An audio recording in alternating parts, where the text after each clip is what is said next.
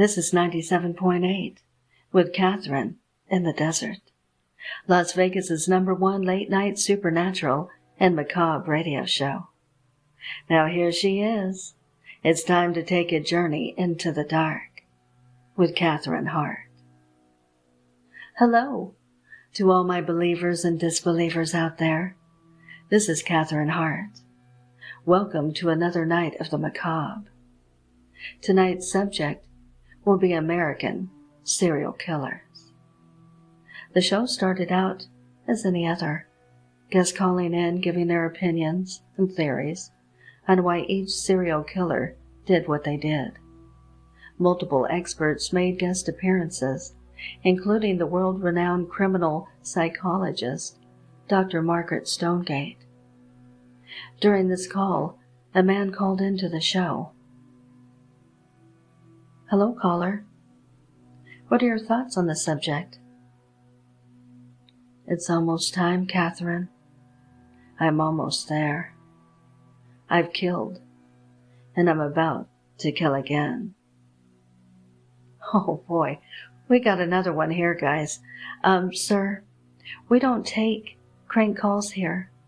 Seek help and enjoy your night. Let's take another call, guys. Just then, Dr. Stonegate wrote something on a piece of paper and passed it to Catherine. It read, "That man may not have been lying. You should have seen what the man had to say." Catherine motioned to her producer, and they went to a commercial. So, Doctor, you think that guy could have been the real deal? He could have, Miss Hart. He very well could have. As the commercial ended, the show got back on track. More calls came in, and Catherine and Dr. Stonegate discussed many of the more notorious serial killers. About 30 minutes after they came back from commercial break, the man called back. I'm even closer, Catherine. It won't be long now. Who is this? What is your name, sir? And where are you going? Oh, I can't tell you that, Miss Hart. I can't have you ruining my plans now. Dr. Stonegate then chimed in. Sir, you said you've killed before. Is that correct? Ah, is this the famous Dr. Stonegate that's speaking? Yes, it is, sir. Can you please tell me more about yourself? All in good time, Doctor. All in good time. Goodbye, ladies. The man hung up, and the women continued. Catherine wasn't too sure what to make out of the situation, but Dr. Stonegate was becoming disturbed. The callers, on the other hand, were mixed, half believing the man, and the others did not. A half hour later, the man called back. I'm at the door, Miss Hart. It won't be long now. Where are you? Catherine screamed. I'm at the stairs now, Miss Hart. Dr. Stonegate picked up her cell phone and called the police. I'm on the 5th step now, Miss Hart. Get ready. I'm on the 8th stair now. Stop this now, Catherine yelled. Why are you doing this? I'm on the top step now. I'm almost there. I'm in the hall, Miss Hart. Catherine looked over at Dr. Stonegate, panicked. Just then the lights went out in her producer's box. A loud scream was heard, and a splatter of blood splashed across the glass. The two women screamed, and the connection went dead. When the police arrived, the bodies of the three were found dismembered. On the walls, written in blood, read, It won't be long. Until next time. Came alone, didn't you? Said the voice on the radio. The poker in my hand hovered inches from the campfire as I froze and listened to the gentle static drifting through the only electronic device for miles. The steady stream of smooth jazz I had been listening to on AM had fizzled out, leaving me alone with the night birds and the tiny clock radio, with a blinking display I never bothered to set. The automated program I listened to on these outings played from a tiny town just across the state line. It was programmed to run unassisted for hours every night, connecting the evening news to the sunrise sign-on around 6. The voice sounded like the morning DJ, but his show wasn't starting for quite some time. The radio repeated its question, and I legitimately thought for a moment it was speaking to me. Then a second voice chimed in, shrill and slow, but dripping with authority. Its words buzzed, as though their own frequency distorted the transmission. It said, in a plodding, emotionless tone, "You have failed." I set the poker down, my hand shaking as I drew my knees in and pulled a blanket around my shoulders. Here I sat with a rare opportunity, a glimpse behind the scenes at the smallest of small-town radio stations, listening in on a discussion unintended for broadcast. A voyeuristic shiver ran down my spine. What juicy tidbits might I hear? The DJ paused a moment before speaking again. Where are you? Turn the lights back on. Silence and static rang through the night around me for several minutes. The fire waned unattended, already vanishing to embers as I sat and stared at the blinking red clock on the radio box. After some time, the buzzing returned. "You broke contract." What? Is this about the signal? I've been playing it all the time. I thought that was what you... A choking noise erupted from the radio, so loud and sharp the speakers popped and sent me leaping from my perch. Too much. The test is ruined. The red glow of the blinking display drowned out the dying firelight, and I could only sit and stare at the radio while the sounds of a violent struggle overtook the broadcast. A chair kicked over, glass smashed on a metal case, and a strangled scream rose to stop her at all before the sound of gentle static fell over the air once again. Breath stuck in my throat as I waited for more. A noise like long nails fumbling with a button clicked out of the radio. Then the slow, dreadful voice returned. "Sleep," it said, and I blacked out.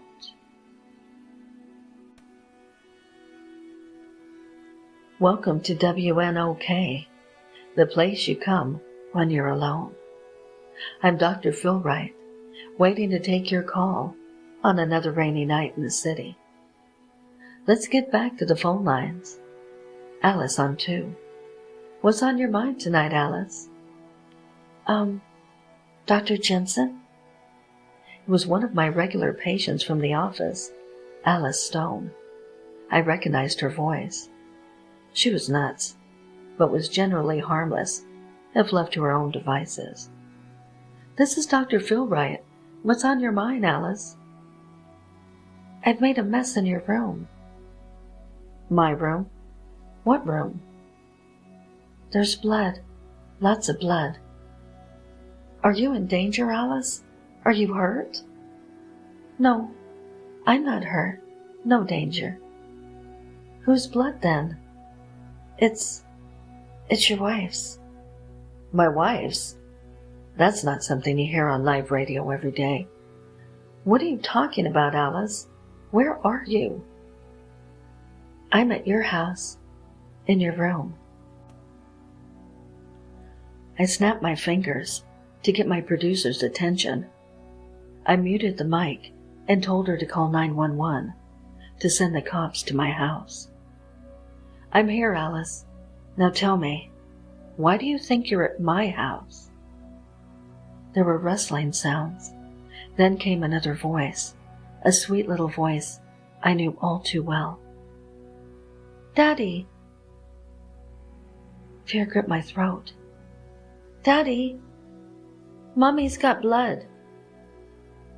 Baby? Oh my effing God. That crazy bitch had my daughter. Baby, Daddy's coming. I'll be there in just a minute. She won't wake up.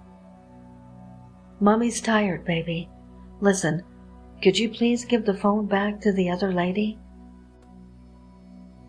There was an interminable silence. But finally, You see, Alice said, I told you the truth. I wouldn't lie to you, Dr. Jensen. I needed to stay calm, needed to keep Alice calm. My little girl's life hung in the balance. Alice, can you hear me? Yes, I hear you. Is my daughter safe? Yes. The man told me she's a princess and mustn't be touched. She's nice, not like her witch mother. The man? Yes, the man who talks to me in my head. What? Dr. Jensen, I hear something. Someone's coming. Just then, I heard frenetic voices, and it sounded like the phone fell to the floor. Eventually, someone picked it up. Dr. Jensen? Yes. This is Officer Steele. We have your daughter. She appears to be fine. Oh, thank God. I could physically feel the relief wash over me. Officer Steele, my wife. What about my wife? Silence. The EMTs are working, but we ended the call soon thereafter, and I obviously ended my radio show early. As I sped for home, I wondered if perhaps the hypnosis regimen I'd used on Alice had been too strong. All the talk about the man. But none of the patients I'd ever used it on had even known they'd been hypnotized. Alice wouldn't be able to tell them anything. It appeared that everything had gone as planned, with only a minor scare. Now, Jamie and I could move on with our lives without the witch.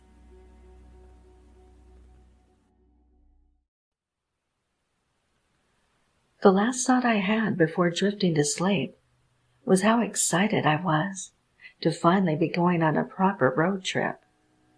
I've driven for a few hours here and there for vacations. I've even taken a decent 10-plus hour trip, but never a true road trip.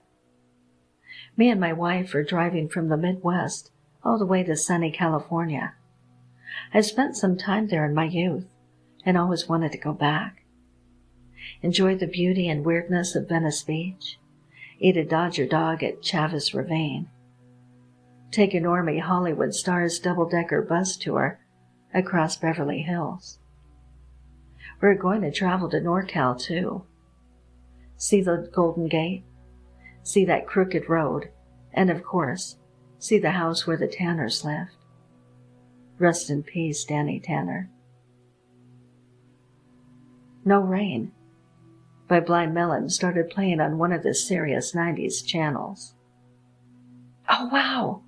I love this song, my wife blurted out. I, of course, knew this, and I caught it when it started, she said. This again I also knew. She is not superstitious at all, the least superstitious person I have ever known. But she has this one. If no rain comes on when she's flipping channels or in the middle of a TV commercial or something, she cannot listen to it. It must start at the beginning, or it's bad luck. Hey, we all have our thing, right? Seeing how happy she was, I drifted off. Enjoy your prize, hon. I'm going to nod off for a few. She barely acknowledged me, which was fine. I was happy she was happy. My eyelids slowly closed, like the curtains after a successful Broadway show. When I awoke, several hours later, I wiped the sleep from my eyes. I always picture that childlike way of making little fists and rubbing your eyes. But I did it the adult way, just full-on rubbing my face with an open palm. I thought I was out for hours. It was nearing dusk when I drifted off. I know we were in the area of Missouri or Kansas. Boring flat land. The pinkish-red sky was calming, soothing. When I woke up, the sky was cloudless and bright blue. A blue I'd never seen before. I didn't feel like I'd slept through the night. Groggily, I took in my surroundings. Still driving. Wife still at the wheel. "Oh my goodness! I adore this song," she said. Blind Melon was on the radio. I know. I started. How did this song start again? Did I just happen to wake up when this song randomly started playing again, hours later? A tiny uncomfortable pit the size of a walnut appeared in my stomach, just behind my belly button. Things were about to become serious. "What time is it?" I asked. She side-eyed me, not wanting to take her focus off the road. "It's 7 o'clock, hon. You were only out for a few minutes." Confused, but chalking it up to the confusion from one of those heavy power naps, I looked out my window to the endless plains. I saw mountains, though. Mountains made of metal? No, that can't be right. I can only describe them as shiny, metallic. What year is this? She furrowed her brow and snorted. "It's 2025, babe. Same year it was when we started this trip, only a dozen hours ago." Now I sat rigid. That's not right. We started this trip 3 years before, in current year of 2022. I decided not to say anything. I didn't know what to say. That little walnut pit in my stomach grew to a watermelon. She gave me a playful push on my shoulder and continued to sing to Blind Melon. She then looked over at me, giving me a little smile with her tongue out. She'd done this particular gesture thousands of times during our relationship. Her eyes were piercing blue. The problem was her eyes are hazel, or were hazel. "What happened to your eyes? Are you okay? Do you need me to drive?" I must have had a panicked expression that I did not intend to portray. She looked instantly worried. "I'm fine, hun. Are you okay? Maybe you had too many Slim Jims or something." She laughed and finished singing to her song. The DJ came on. That was 1979's #1 hit, "No Rain," by Blind Melon. What a voice of a generation. Shannon Hoon, still kicking after all these years. We have an exclusive interview with the man who produced so many hits and famously joined the Beatles for a few years, replacing John Lennon, who left for, well, you all know the reasons. Stay tuned, folks. In the meantime, enjoy this brand new Weezer hit. I think this band's gonna be huge. What the fuck is this? Shannon Hoon died from an overdose in 1995. and he currently never joined the most famous band in the world. "We're at our first stop," my wife said, breaking me from my mental panic. Our Jeep rumbled to a stop. I saw the black hotel in front of me. "What is this?" I said. "It's where we're going to sleep for our first night on our road trip, silly. Don't pretend you're not excited to finally stay here." I pretended to know where the hell we were and said something to affirm that. This place was horrendous. It was foreboding and smelled like bad cheese. I took our bags out, all the while keeping focus on the front of this castle. It reminded me of the headquarters that Skeletor ruled. The inside was surprisingly nice. Looked like any Holiday Inn across the United States. After a few drinks that we brought, from 2022, I hope, we did some married things, and then decided to order takeout and see what was on the hotel TV. She said she was pretty beat from driving all day and wanted to take a quick nap. I thought that was a great idea. That would give me time to go online and see where the hell I was and what time I was in. I stood at the elevators, pushing the down button. What looked like a father and daughter trotted from one of the hallways, stopping near me. I turned to acknowledge them with a polite smile and head nod. Being upset doesn't describe what I felt when I really looked at them. They looked like humans, but just a bit off. The eyes were too wide. The nose was too small. The ears almost non-existent. When the elevator opened, they entered. I froze. The father held his arm in front of the door to save it for me. I fished for my phone and pretended I had to take a call. I politely gave him that, "Thanks, but I have to go. Over here. Look." He shrugged and the door closed. At that moment, I noticed my heart was pumping through my chest. It was only then that that same heart almost broke through my rib cage. I noticed the phone I had in my hand was a 2000-era flip phone, and not even a razor. I looked at it like it was a medieval device. I slowly pulled the antenna out. I opened it and closed it. I studied the drab gray. I stared at the abysmal digital display. What year is it? I burst through the stairwell and made my way down to the lobby. Our floor was only on the second, so I wasn't totally out of breath. But I did, however, throw up when I got outside. The only time, mind you, that I've thrown up without being drunk or actually sick. Luckily, I've never been a puker. I slowly and cautiously entered our room with a key card, just like 2022.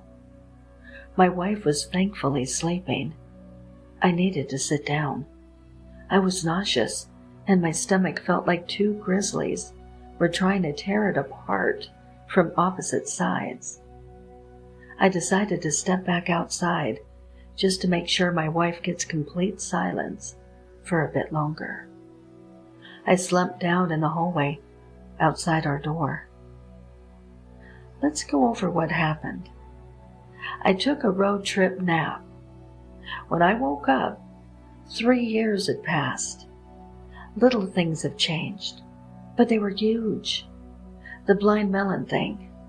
The people I saw whose faces were just slightly off. I had a mother freaking flip phone. And again, not even a razor. As that thought left me, my pocket buzzed. The stupid phone. I flipped it open, feeling a little cool, I do admit. It was satisfying to gracefully flip open the first cellular phones to take a phone call. Even better was slamming them shut after a phone call. You can't hang up the phone like you used to. Turned out it was a text message. I read it slowly. The blocky characters were from another time, figuratively and quite literally. Don't go back to room. I can't see how that's a good thing. This isn't even my phone. This isn't my time. What is all of this? I froze for what seemed like a lifetime. I had a simple thought. Text back. So I did. I struggled with the old way for a moment, forgetting how we used to text. Ah, yes. The world where keyboards were not shrunk down to a 4-inch dimension. If you wanted to text the letter S in any word, you would have to hit the letter 7 key like 24 times. I made it simple, as my mind was already melting down the back of my spine. Who is this? I pecked. Your wife. We won't make. My skin went cold. I think it turned blue. Won't make what? I keyed the door open again, stumbling into the main room. She was gone. The bed was made, this time with a yellow comforter that looked right out of the Brady Bunch. Okay, now it's panic time. I texted back furiously. I called, which didn't work at all. Didn't even get a busy signal or a dial tone. Getting seriously worried and hyperventilating, I dropped my phone. When I went to pick it up, I heard a voice. Hey, kid, you okay? Kid? When I finally grabbed my phone, I pulled my arm back, like I just stuck it into a campfire. My arm was small, like a child's. At that moment, I looked up at the voice I heard. I looked up. I wasn't an adult. The old woman that asked if I was okay towered over me. Feeling sick again, I stumbled backwards, tripping over my feet over and over again. It was like that meme from the internet, when internet was around, where people just keep falling down an escalator. When I finally gained my footing, I slammed into a newspaper machine. I don't know what else to call it. You used to put quarters in, and you'd pull out a newsprint thing out that told you the news from last night. The Uncanny Valley Times, May of no year. Their slogan, bringing you the most trusted news, just a bit off. What could that mean?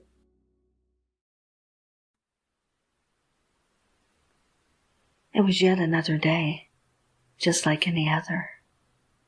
It was 2016, and I was 14 years old. I was outside with my closer friends, and we went to a coffee place. We ended up talking a lot about horror stuff, such as movies, documentaries, serial killers, games, and so on. Now, unlike my friends, I have always hid the fact that I have a much deeper love for horror, especially if it isn't that scary as it is spooky. Though I never really shared this with anyone, because I don't want them to think I am some weird fanatic about that stuff. Anyway, as our day passed, we all went for a short walk and then departed to our homes. As I got home, I found my family working around the house. They were moving furniture and wanted my help, so I helped out. The time was 9 p.m., and my father asked me to come with him to the basement to get some stuff. We did that and descended in the cold, dark underground that was our basement.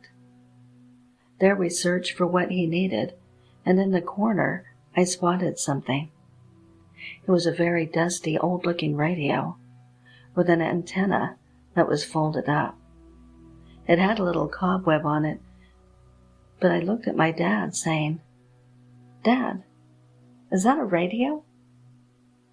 "Yeah, my father got it for me in the 90s, he replied.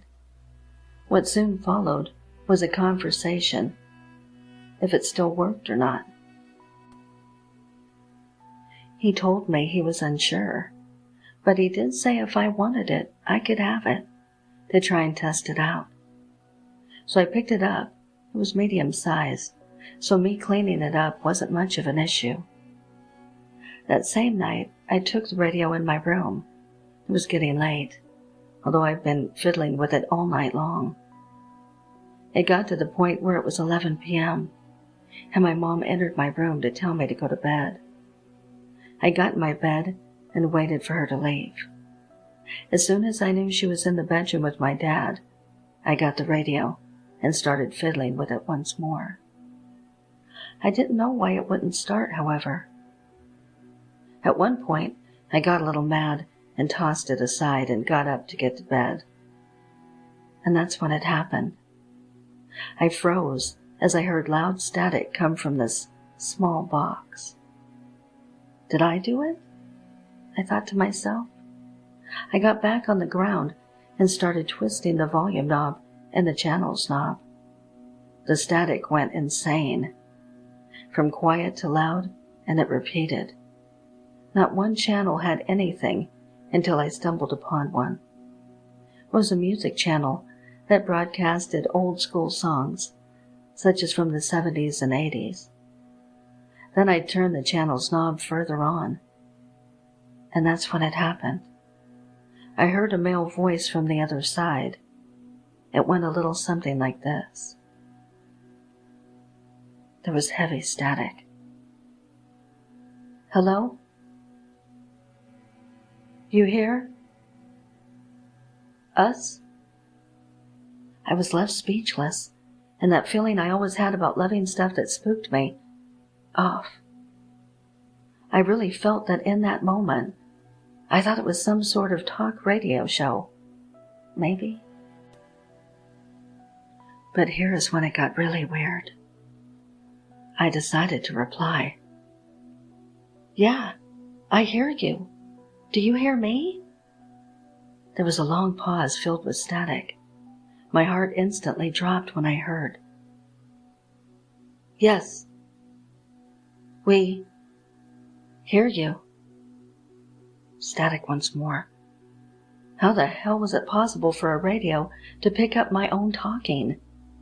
This thing didn't have a built-in microphone, did it? I didn't know how the person on the other side would even answer me. It shocked me when the voice said, "How do feel of Kurt Cobain's recent passing?" I thought to myself, Kurt Cobain died in the 90s. What did he mean by recent passing? I opened my mouth, though couldn't form any words, though I started off by saying, "What year is this?" The static was loud all the time, though after a few seconds after I asked, he answered. "Year 1994. Even more heavy static. "May." My heart froze, and I could feel my stomach turning as I felt like throwing up. I couldn't even reply to that because the voice said, "Kurt passed in April." I shortly replied by saying, "Is this a joke?" The static went on, though I didn't get my answer. I started slapping the side of the radio, thinking it would work or something, but it just went silent. The static stopped, and I felt very uneasy in the quietness that was my room. The radio then randomly made a buzzing sound before going completely dead. I could feel my hands shake as I touched the radio, though it produced no sound whatsoever. I then turned it over, and for the first time opened up the battery box.